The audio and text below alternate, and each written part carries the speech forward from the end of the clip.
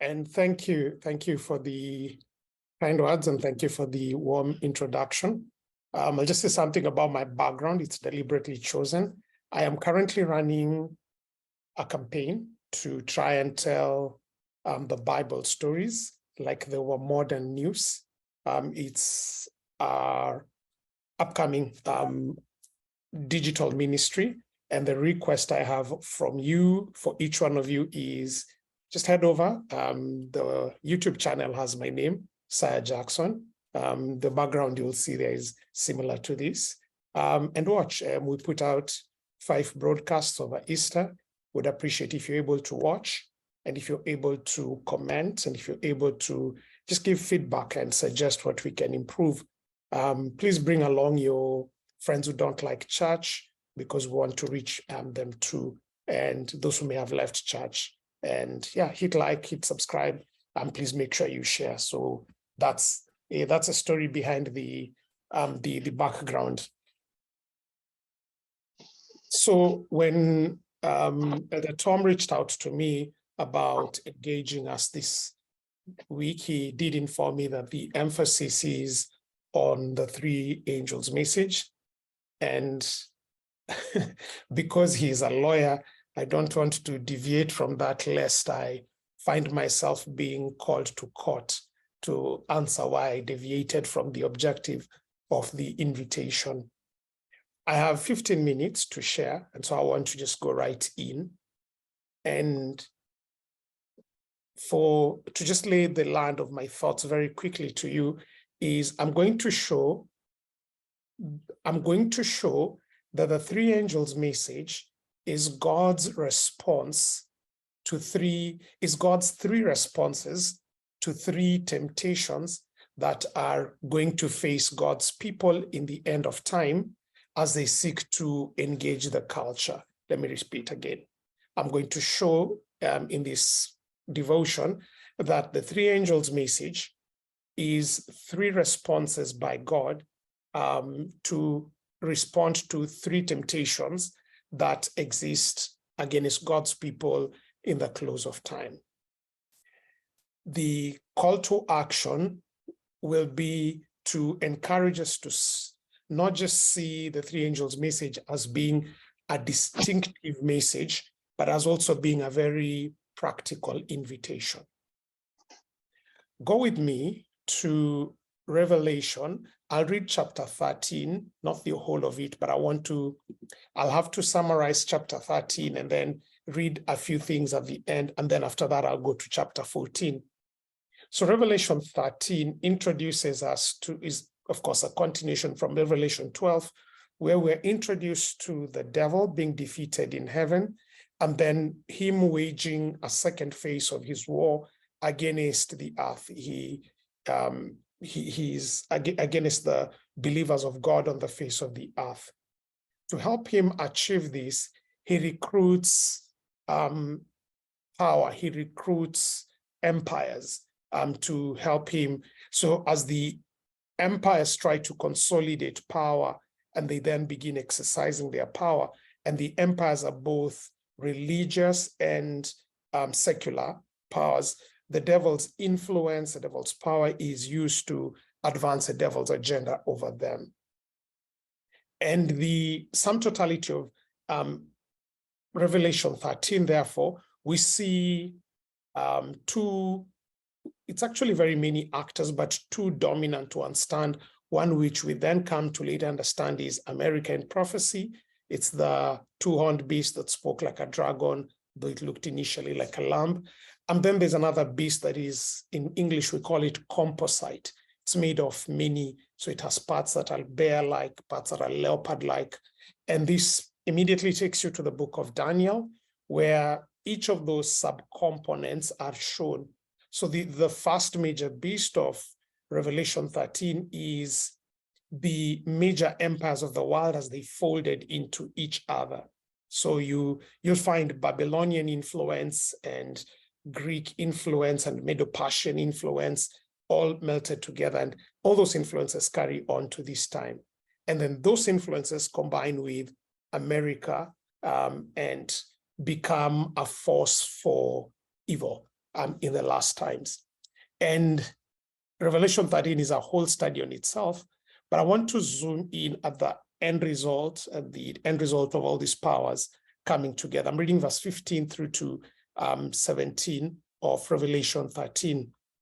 And he caused that all, both small and great, rich and poor, free and bond, to receive a mark in their right hand or in their forehead, and that no man might buy or sell, except he that had the mark on the name of the beast, for the number of his name. Then verse 18, here is wisdom. Let him that has understanding count the number of the beast, for it is the number of a man, and the number is 666. So the conditions described in Revelation 13 are one of force and compulsion. And when you read them, three temptations for God's people. I'm looking at this from the lens of God's people come in a world where the empires are operating, or let me use a word that's more relatable, the culture, the dominant culture is operating a lot with the influence of the devil. And then the result is this campaign of coercion that affects buying or selling, which is commerce. And, once you affect the economy, you affect other areas of life. So the culture that is being painted in Revelation 13 is one that is very hostile. It's very forceful. It's one that it's leaning on the side of control. That's a picture being pointed in Revelation 13, and which is an opportunity for human beings to see what truly happens when the principles of the devil are finally and fully made manifest in a culture. Now, God's people are present in that time, and you can quickly pick three temptations for them. I'll note them with the letter F so it's easy to remember, and so that when we come to see God's response, it becomes easier. So the first temptation is a temptation to flee, okay? The second temptation is a temptation to fade in, and the third temptation is a temptation to force back. Let me say those three things. The three temptations, one is a temptation to flee, the second is a temptation to fade in, and the third is a temptation to force. Let me quickly explain what those are. The temptation to flee is when God's people see the culture as it is painted in Revelation 13, hostile and all of that. Many seem to suggest that the only way to maintain Christian purity and the only way to become and remain distinctive is to run away, is to become hermits, is to keep away from the culture so that the culture does not contaminate us or does not affect or influence us, and keep away from it. But why I'm using this I'm using the word temptation rather than appropriate response is because Jesus reminded us before he left that you are the salt of the earth. And salt is not effective when it is in the shaker or in the container. Salt has its effect when it is introduced into the meal. So even in a hostile environment like is painted in Revelation 13, the temptation to flee seems very sensible, to keep away from the culture, turn off the Facebooks, run away from the Twitter, disengage from the politics, hide from the economy, go and live in enclaves that are only Christian. Seems very, very attractive. But why that does not work is because we then cannot be the salt of the earth. We cannot be able to introduce the flavor of God into a world that is being flavored by a different power. When we flee, the voice of God vacates the space, because God doesn't just speak from the clouds, he speaks through and by his people. So while fleeing seems very attractive, it is disobedient. Two, it is ineffective. It vacates the space, and then the only dominant voice in that space will be the voice and the influence of the evil one. One more point there is that Jesus said, you are the light of the world. A city built on the hill cannot be hidden. And so the idea there is Christ is showing light has a quality that is different from darkness and which darkness needs. So if light is hidden, then the darkness has no hope. So the temptation to flee is very self-preserving, yes, but it negates the idea of us being light, a city being on the hill that cannot be hidden. The second is the temptation to fade in, okay? To fade in. The temptation to fade in is seen in Revelation 13 by people who receive the mark of the beast, either on their head or on their hand. On their head means they finally, they've accepted, they've agreed with this way and philosophy of life that is shown in Revelation 13. So the people who fade in see no point of being distinctive. They see no strength in running away. And so what they do is they so commingle with the culture.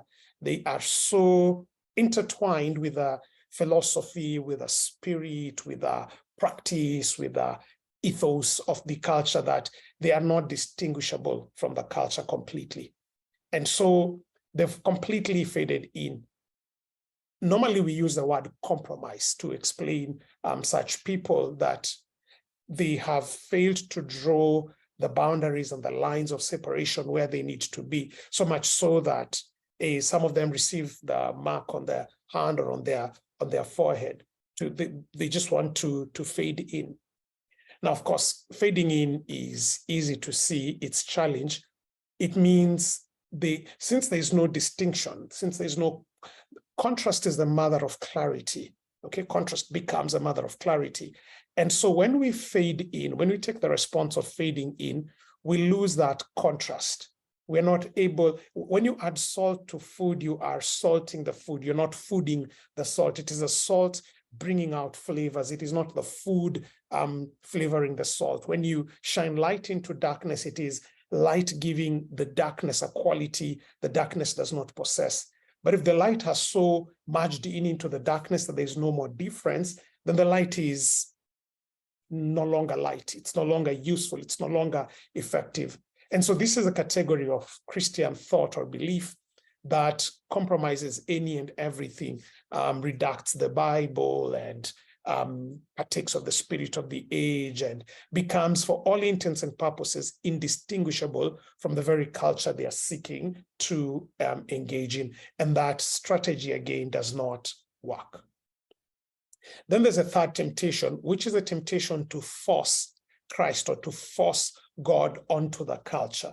Okay, you see this in people who are saying things like, this country is a Christian country. That's really not true when you think about it. There's a principle called religious liberty. Religious liberty is simply man should be free to worship God according to the dictates of his conscience. What that truly means is this: a Muslim in Kenya should be free to worship Allah according to the dictates of his conscience, and that it is the Adventist's duty to defend the right of the Muslim to worship in that manner. And that if the Adventist wants to engage in any evangelism, it has to be true to the Bible, it has to be done in an environment where people are free to choose. Evangelism that is done in a context where people are only free to choose Christianity is not evangelism, it is coercion. And Jesus, when he was washing the disciples' feet during the Passover, the Last Supper, he said, he told them something powerful. He says the rulers of the world lord it over their people, and by thus doing they're called benefactors. And he says, it shall not be that way with you, but for you, the highest among you shall serve. So while it is very tempting, and I see a very alarming trend in Kenya right now, where the church and the state are uncomfortably together, it's a violation of biblical principle at very many levels. The whole idea of forcing Christianity or forcing whichever religion upon a people seems very seductive, But at the end of the day, it violates the way God made us. He made us as free moral agents. He made us with the ability to choose, and so we need to be able to have choice. But what's more is this: in societies where any religion, and for this matter, Christianity, is then forced on the people, the long-term effect of this is it turns off people against Christianity. And history bears me witness that every time the church has turned to the state to enforce its dogma, the result is not pleasant. It leads to excesses like we saw in the Crusade. It leads to abuse like we saw in colonialism. It leads to complacency like we saw in the French Revolution. It does not go to a good place. But I'm saying this: those are the three temptations we find ourselves in the culture now. And if my reading of Revelation 13 is correct, those three temptations will only increase as we come towards the end of time. That the culture powered by the devil and his ideas and his philosophy, but the forefront is empire and politics and economy and music. Those are the front things, but the people, the core idea pushing them is the anti-God idea that began in Revelation 12.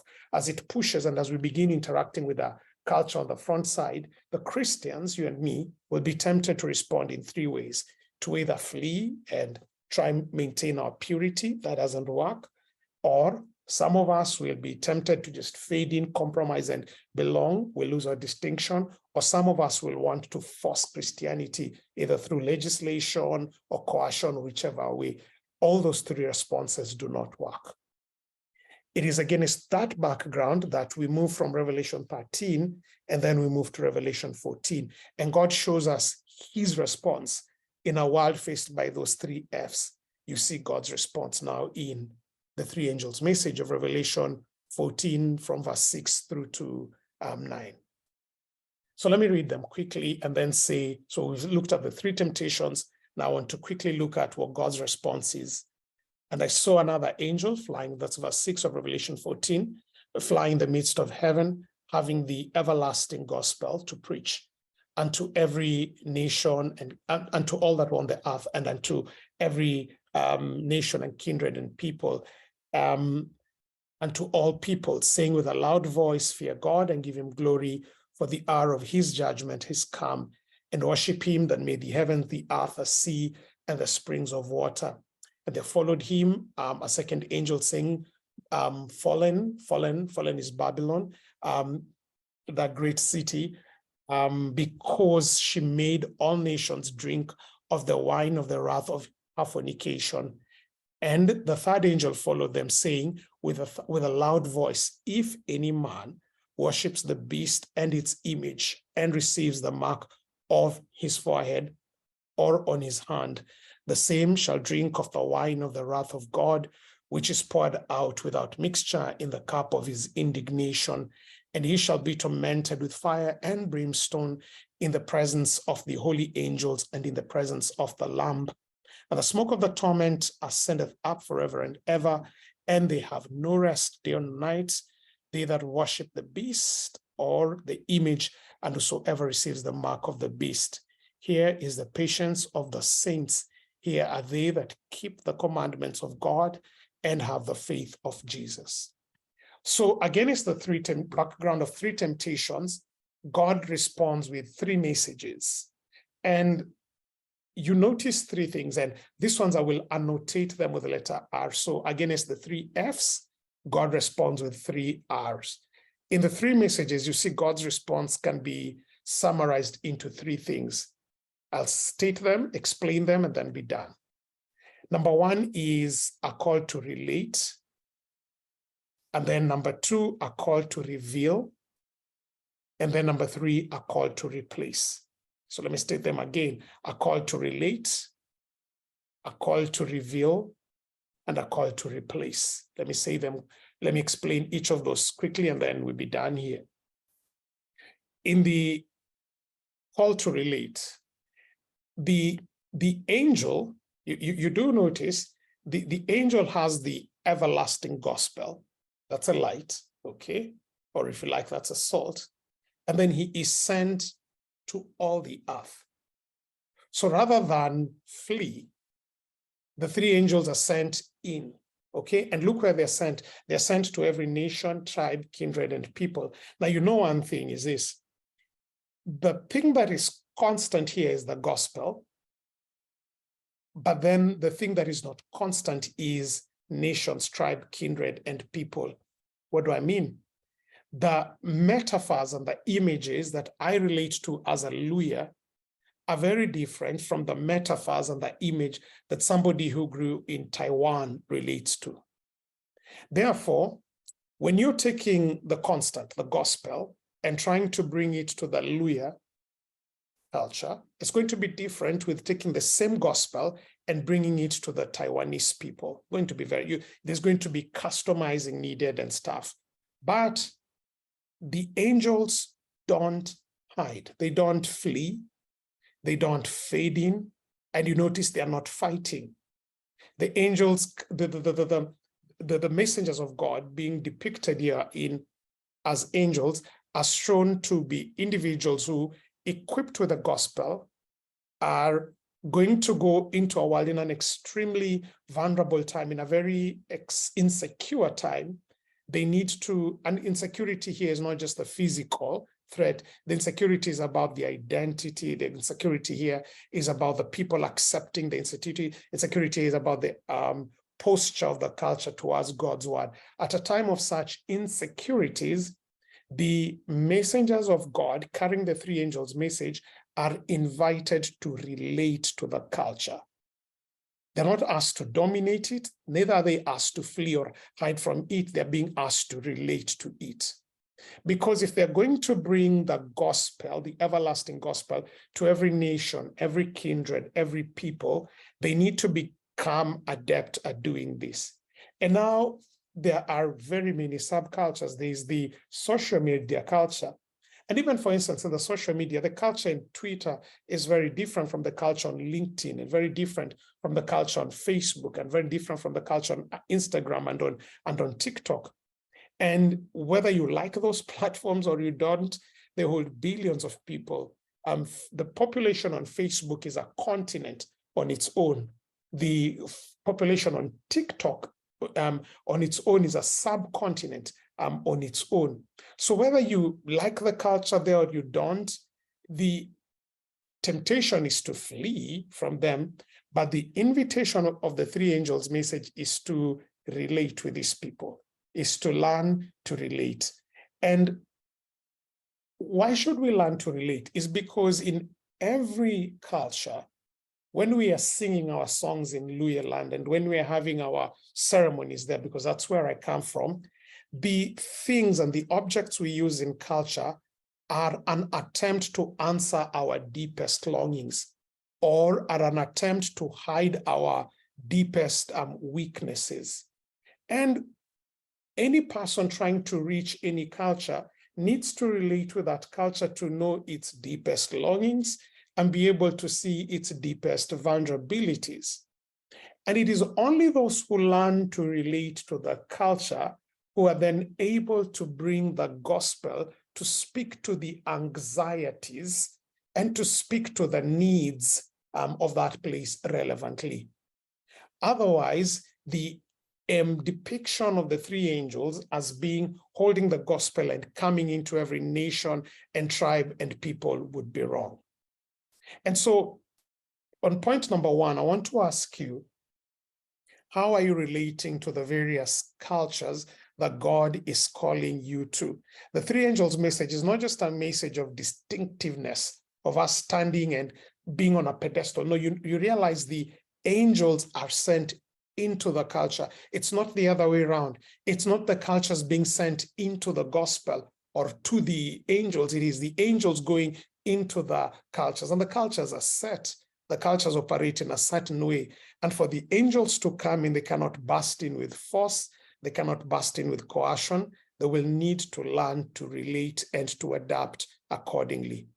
Let me just drop one or two things here and say, I've celebrated Karangata, for instance, as a church, You've done the whole online thing since COVID and have continued with it. But let me ask you a challenge. Are you at risk right now to slide back to the old way? Are you at risk of forgetting that the online space is not just merely pointing our cameras to the normal church service and inviting the world to accept it as it is? Have we taken time to always study and know what is it that this online culture responds to? How do they think? How do they relate? How do they interact? What are the proclivities? And then be able to ask ourselves, how can we continue doing our service in a way that genuinely addresses the needs of the people we are going to? How are we relating? Are we simply airing the stuff we do like today and on Sabbath, and then for the rest of the week we are a no-show? We are not engaging the people. And so all that we are doing, or all that the online audience now comes to know us about, is we are that circus. We come to the online space once a week and then we disappear. We really don't care. What we are is about showcasing and having our people on stage and our choir sing of them, and then we disappear from them. The three angels' message at its core, at the very first angel's message, is an invitation to relate to the culture. So in contradiction to fleeing from the culture, God is asking us to relate with it. And you realize the angels are relating not from the standpoint of the culture, but they're relating from the standpoint of the gospel. So no one is asking anybody to abandon the platform or the starting point of the gospel, but while standing on the platform of the gospel, the invitation is don't flee so that you maintain your purity, but now stand on the platform of the gospel and engage the culture. Number two is an invitation to reveal. The second angel says, fallen, fallen is Babylon. Now, we can only do so much of exegesis in the few minutes we have, but Babylon here is a system of both thought and life, which at its heart is man seeking to be his savior. Let me put it another way. Babylon at its core is man looking for his source of security, source of significance, and source of salvation from another source outside of God. Let me repeat that. Babylon at its very heart is man looking for security, significance, and salvation from a source that is outside of God. And as a result of that, you know, anything that gives you those three things, security, success, and significance, that becomes your functional or operational God. And when another God replaces God, we just call, in theology circles, we call that idolatry. So at its core, Babylon, because it has replaced God with a capital G with other gods as an idolatrous system, it soon shows up in every other area of life. The way Babylon looks at education, the way Babylon looks at money, the way Babylon looks at relationships, the way Babylon thinks and engages with religion, the way Babylon does everything is from the standpoint that has removed God from the middle and has replaced it with any other things. And therefore, they are trying to look for success, significance, and salvation from completely the wrong sources. As an end result, Babylon as a system will come up with a religion that does not truly satisfy. It will give identities that leave people still empty. It will give people places to look for significance that truly don't hold. It will make them seek for justice in ways that really end up making them to become oppressors. The reason is because the center ultimately is not going to hold.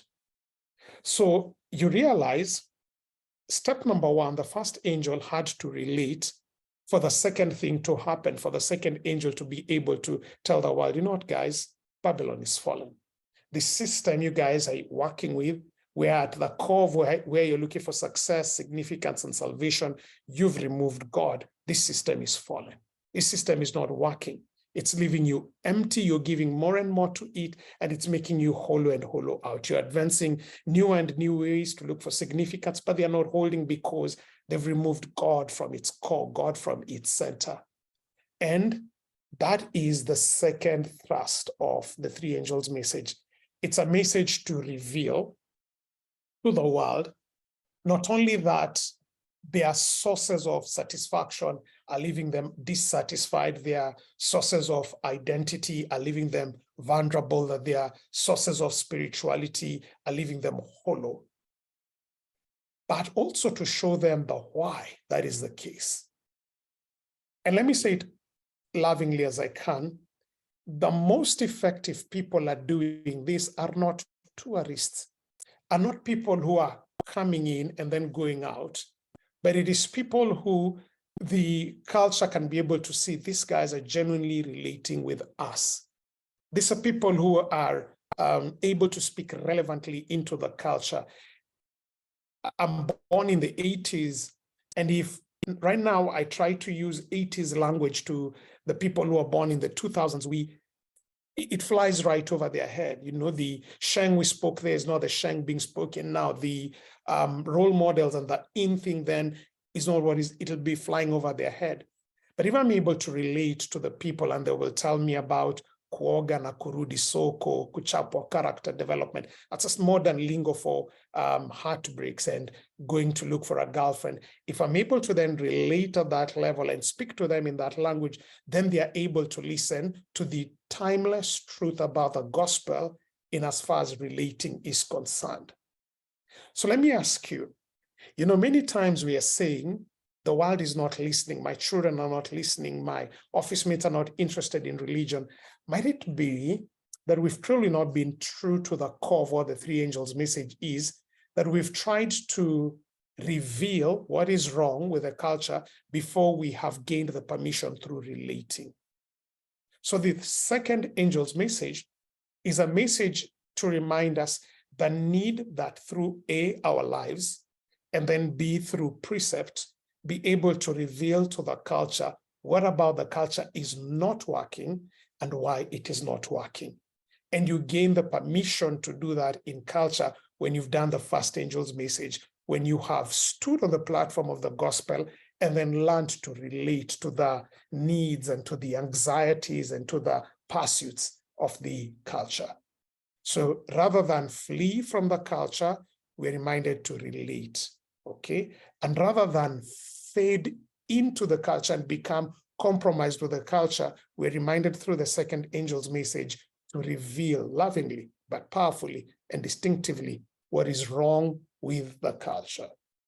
And then the third and final message is an invitation to replace. So it doesn't do anyone much good to just relate and then reveal to them what's good, what's wrong with them, and then walk away. It's almost like you going to a doctor and them telling you everything that's wrong about your health, and then they walk away. Any effective doctor is able to relate with you, reveal to you what's wrong, and then tell you what to do. And so the third angel's message is very clear: come out of her. Okay, there's going to be, I hope one of the subsequent speakers will speak about the right concept of the wrath of God. But a quick way to explain to you the wrath of God is this: God is mad about you. He's not mad at you. He loves you. He wants the best of you. And so when you hear the Bible using words like the wrath of God, it is because God is targeting everything that is against you. He's targeting pride, he's targeting greed, he's targeting selfishness, he's targeting carnality, he's targeting those things, okay? That's where he's targeting injustice, he's targeting inequality, because this is not what he designed. And if he is a just God, which he is, he has to bring judgment to this. However, many of us have clung to the wrong things. And so when God is trying the work of separation, we begin experiencing his wrath, which is basically his just judgment against the things that otherwise cripple your ability to enjoy him at the fullest.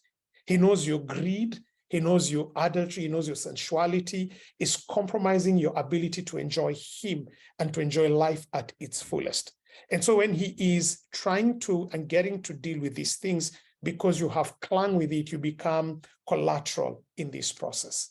But God's wrath is not just some spoiled child. He's not like angry because no one is worshiping him, and therefore now I need to revenge with everyone. No, God is actually coming after the injustices and everything that is against the order of life as he designed it to be.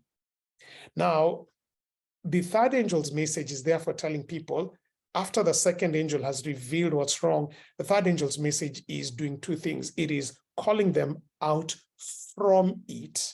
And then I like what verse 12 of Revelation 14 is saying. It says, here is the patience of the saint. Here are they that keep the commandments of Jesus, the commandments that have the testimony of Jesus. So it is not just calling people out of something, it is also pointing them to something. It is reminding them to go back to operate from the principles of God's word and to depend entirely on Jesus, both for sanctification and guidance on an everyday life. So the third angel's message is a message to replace. It is not enough to reveal to the world what's wrong. The third angel's message is a message about replacing. Okay, so God is asking us to relate, to reveal, and then in the third angel's message, to replace. Instead of forcing religion on people, the third angel message points them to come and experience what a life of obedience in God looks like and what a life of dependence on Jesus looks like. And this is not just some whoa concept that we experience mentally. No, this is experiencing what obedience to God's commands and dependence on Jesus looks like in business, looks like in art, looks like in trade, looks like in entrepreneurship, looks like in your marriage, looks like in everyday life. So the three angels message is not just something about Catholicism and attacking it. No, the three angels message, the third angel's message is to demonstrate that obeying God's commandments and living up to his principles and relying on Jesus for identity, sense of security, and significance does impact the way we do business, does impact the way we run our education, does impact every facet of our life practically. So replace is the invitation to move from operating on the principles of Babylon and begin functioning on the principles of God's word. So not only taking people to say no to something, but beginning to encourage them to say yes to something better, something that protects them from the wrath of God, but in another way, something that helps them to experience life as God fully designed it to be. And my duty and your duty as Christians is not just to leave this in theory, but to begin experiencing and then exposing what that looks like in every area of life, in the arts, in the sciences, in theology, in our family lives. When we begin doing this, we are demonstrating the three angels' message in its totality. You notice one thing as I finish. The messages begin with the gospel and they end with Jesus. Every other human effort, every other thing we do is sandwiched between those things. A reliance on the gospel and pointing people to Jesus. And when we do this, we are able to, rather than flee, we are able to relate. Rather than fade in, we are able to reveal. And rather than force our way in, we are able to replace the principles of the world with the principles of God. Because at the end of the day, the three angels' message is not theory, it's power, it's practical. May God bless you all. Over to my leaders.